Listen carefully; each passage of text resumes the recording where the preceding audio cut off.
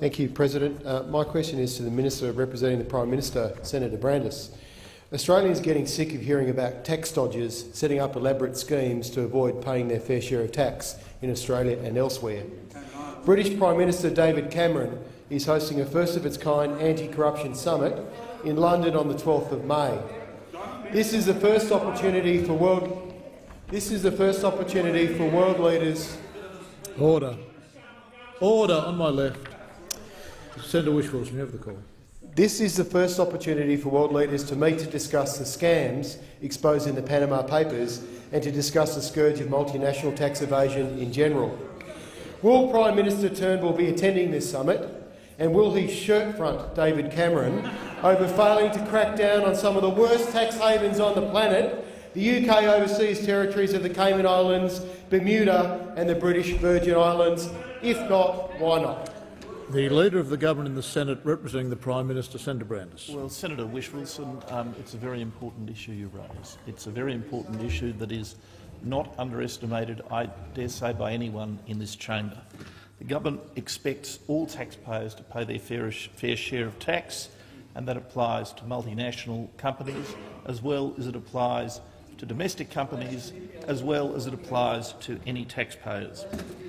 The Prime Minister, in fact, addressed the LNG 18 conference in Western Australia last week, and he told them that we had to ensure that our taxation system encourages investment, entrepreneurship and job creation, but at the same time continue to ensure that every business, large or small, pays their fair share of tax in accordance with the law. Now, Senator Whish-Wilson, you should be aware that Australia has some of the strongest tax integrity rules in the world, and we're committed to addressing multinational tax avoidance. We've made progress on many of the recommendations of the OECD G20's final report on the base erosion and profit-shifting action plan. Order. Senator Whish-Wilson, point of order, President. I just thought I'd raise this halfway through the question. Specifically, will the Prime Minister be going to the UK to David Prime Minister Cameron's summit, and will he raise the issue of their poor performance around tax havens? Thank you, Senator Whish-Wilson. Order. Senator Brandis has been answering the question, Senator Whish-Wilson, and I think the preamble to his answer is married in with the preamble to your question, and he's got over a minute to go, or just under a minute to go. Senator Brandis. Well, thank you, Mr. President. I did think your question did go to broader issues than merely whether the Prime Minister would be attending a particular international meeting, Senator Whish-Wilson.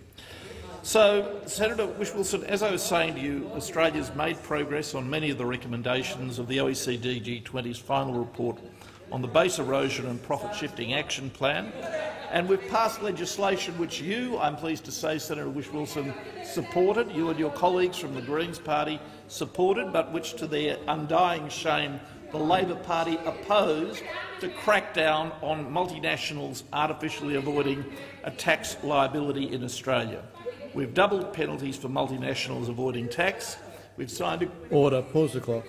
Senator Whish-Wilson. With 10 seconds to go, President, relevance. Yes or no, will the Prime Minister be going to the UK to attend this first-of-its-kind summit on tax evasion? Thank you. I will remind the Attorney General of the element of that part of the question. Attorney General. Thank you, Mr. President. I was going to finish on that, Senator Whish-Wilson. I'm not aware of the Prime Minister's future travel plans. They're usually not announced that far in advance, but I'll take that matter on notice.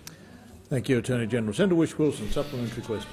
Thank you, President. In the wake of the Panama Papers, when will Australia include designated non-financial businesses and professionals, such as lawyers, accountants and corporate services, in our anti-money laundering and counter-terrorism laws, as recommended by the Financial Action Task Force in April 2015? Or does the government want to go against international pressure to make it easy for businesses to establish and hide their shady shell companies? Attorney General. Well, Senator Whish-Wilson, in the first place, anti-money laundering laws and counter-terrorism financing laws apply to individuals as well as to corporations. It's perfectly appropriate, or I should say an individual who engages in counter-terrorism financing and defined money laundering activities is already subject to various criminal sanctions under existing Australian law, Senator Whish-Wilson. So Senator Whish-Wilson, you're a banker, so I'll share this with you. Lawyers and accountants are people too. Lawyers and accountants are people too, just as bankers are people too, and they're all subject to the same laws, including criminal laws dealing with counter-terrorism financing and money laundering. Thank you, Attorney-General. Senator Whish-Wilson, final supplementary question. The Four Corners episode on the Panama Papers exposed that Wilson Securities has a holding company located in the British Virgin Islands in the same building as the shady lawyers Mossack Fonseca. Four Corners also exposed that the director of the shell company was Thomas Kwok, who was recently jailed for bribery for 5 years. How can the government justify issuing contracts worth hundreds of millions of dollars to a company so dodgy that they go to such lengths to avoid paying their fair share of tax? And shouldn't this be policy, no government contracts for tax dodgers? Thank you, Senator Whish-Wilson. Attorney-General. Well, Senator Whish-Wilson, as I said to you in answer to your primary question, neither the government nor, I dare say, any political party or shade of opinion represented in this chamber condones international tax avoidance, or tax avoidance indeed of any form. But the sincerity and the commitment of the government to deal with the problem is to be measured by the steps that we have already taken. Now, I mentioned to you before, Senator, the final report of the OECD on base erosion and profit shifting action plan.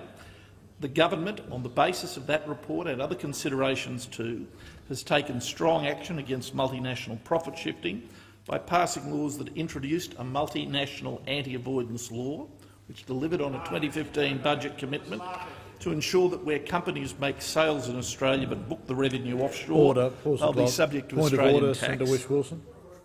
I asked the Attorney-General whether he felt that Australian government should be giving significant multi-million-dollar contracts to companies that have been shown to be avoiding tax. Thank you, Senator Whish-Wilson. I will remind the Attorney-General of the question. Attorney-General. And my answer to you, Senator Whish-Wilson, is that no Australian government, and neither you nor I nor anyone here, condones the avoidance of tax by multinational corporations or anyone else. Thank you, Attorney-General. The time for